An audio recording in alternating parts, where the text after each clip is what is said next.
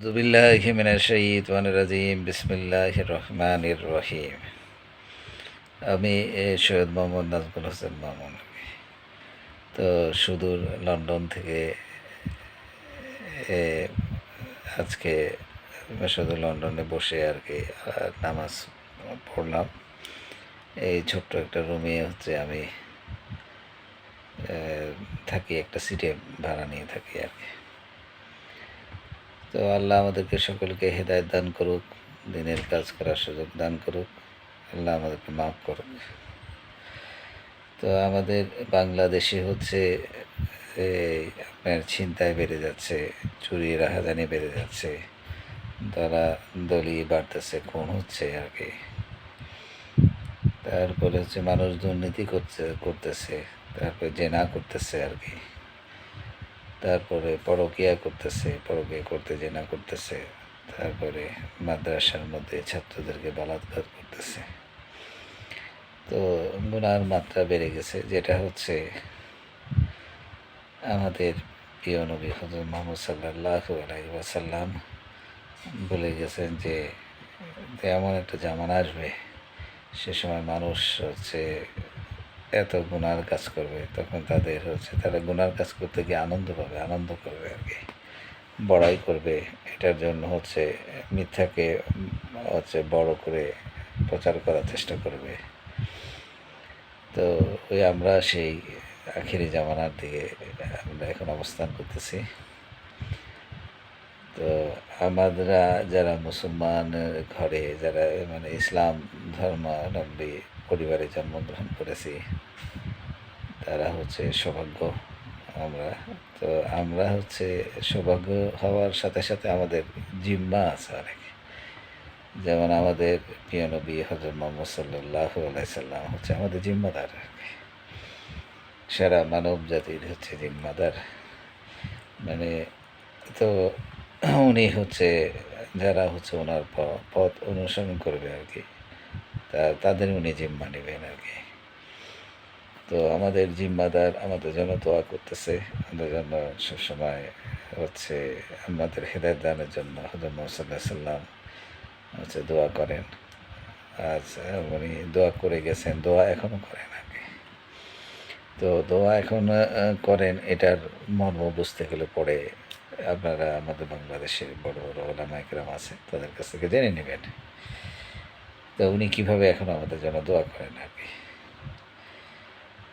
আর একটা আমরা যারা দায়ী আর কি, আমরা দায়ী বলতেছি যারা আমরা যে জন্মসূত্রে মুসলিম পরিবারে জন্মগ্রহণ করছি, ইসলাম ধর্ম হয়েছি আর কি। আমাদের ধর্ম ইসলাম ধর্ম। আমরা জাতি হিসাবে মুসলমান।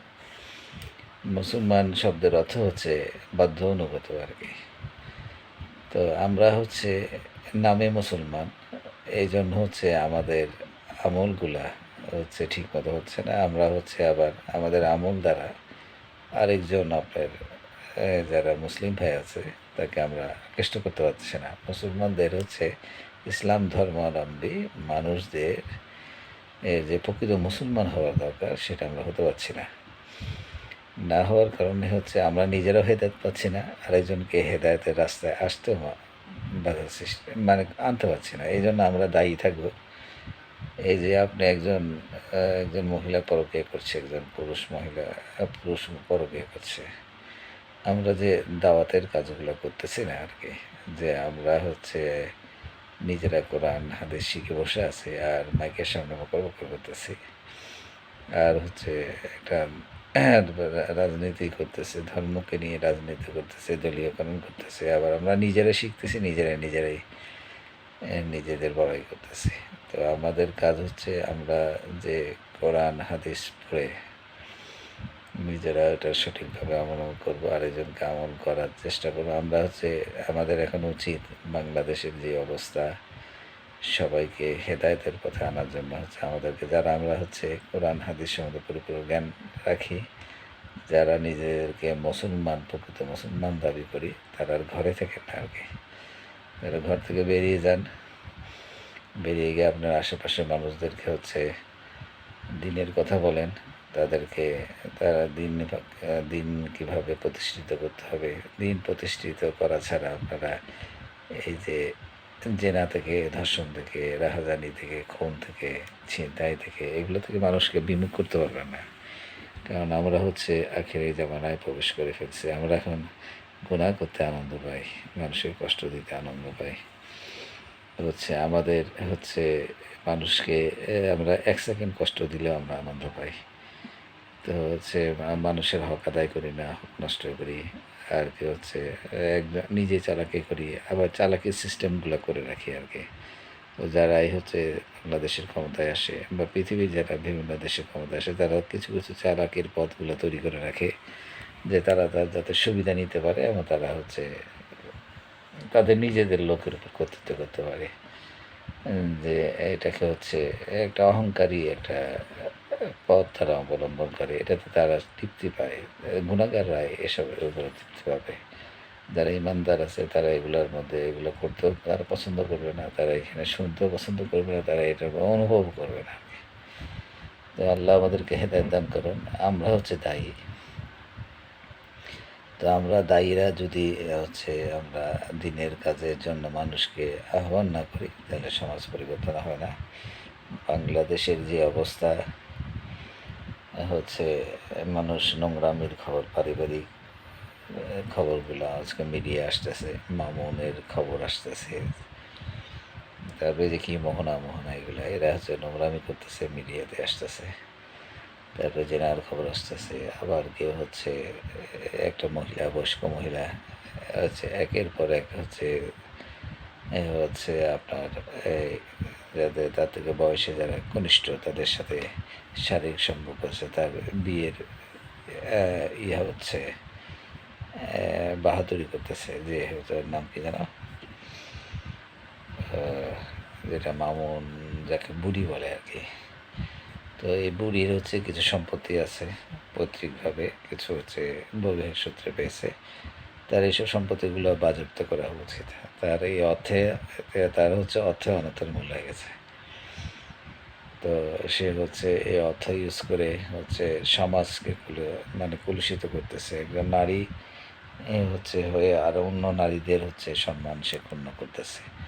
তো আমার মনে হয় আমার ওই মানে আল্লাহ তার নামটা ভুলাই দিয়েছে, মানে তার নামের উপর আল্লাহ নারদ ফেলে দিয়েছে আর কি। তো এইসব মহিলাদেরকে জেলে দেওয়া উচিত। এরা হচ্ছে এদেরকে ২০ বছর জেলে দিলে এরা হচ্ছে সমাজ ধ্বংসের পথ থেকে, এরা সমাজকে হচ্ছে এরা শুধু একটা মানুষকে ধ্বংস করতেছে না, মামুনকে ধ্বংস করতেছে না, মামুনের সাথে পুরা পরিবারকে ধ্বংস করতেছে, পুরা সমাজকে ধ্বংস করতেছে এরা। তারপর দেশের সংস্কৃতিকে ধ্বংস করতেছে এবং রাষ্ট্রকে বিশৃঙ্খলার মধ্যে ফেলতেছে। তাদের এইসব আজে বাজে ঘটনা, যেগুলো দিকে মানুষের মনোযোগ দিলে ২ টাকা লাভ হবে না বা দেশের কোনো উন্নয়ন হবে না, এরকম হচ্ছে কাজ তারা করে বেড়াইতেছে। বা আমার ওই আল্লাহর নারদ পড়ুক, তার নাম আমার মনে আসতেছে না, জাস্ট মোহনার নাম পড়তেছে, আর ওইটার নাম কি যেন ভুলে গেলাম। কি নাম যেন, লাইলা। তো আল্লাহ তার উপর নানত করুক, তার হচ্ছে তাকে আল্লাহ ধ্বংস করে দেয় আর কি। সে হচ্ছে এত বড় একটা জেনাকারী নারী, যে হচ্ছে বেপর্দা করে থাকে, তারপরে বিভিন্ন পুরুষদের সাথে তার মানে সম্পর্ক করাকে সে হচ্ছে এটাকে এনজয় করে এবং সে বড়াই করে এটা প্রচার করে আর কি। তো ইসলামিক আইনেও তার বিচার হওয়া উচিত এবং দেশের প্রচলিত আইনে আগে হচ্ছে লাইলার হচ্ছে বিচার হওয়া উচিত। তাকে জেলে পাঠানো উচিত। তাহলে সমাজ ভালো থাকবে। এবং লাইলার মতো লাইলার পথ যারা অনুসরণ করছে তাদেরকে হচ্ছে আইনের আওতায় আনা উচিত। তো আমরা যারা দায়ী আর কি, যারা হচ্ছে জন্মসূত্রে হচ্ছে ইসলাম ইসলাম ধর্মাবলম্বী পরিবারে মুসলমানের সন্তান হিসেবে জন্মগ্রহণ করেছি, তাদের হচ্ছে দায় হচ্ছে আমাদেরকে কিয়ামত পর্যন্ত রাসূল সাল্লাল্লাহু আলাইহি সাল্লামের কাজগুলো করে দিতে হবে। তো সকলেই ভালো থাকেন, দিনের কাজ করেন। তাহলে দিনের কাজ করলে হচ্ছে বাংলাদেশের পরিবর্তন আসবে আর কি।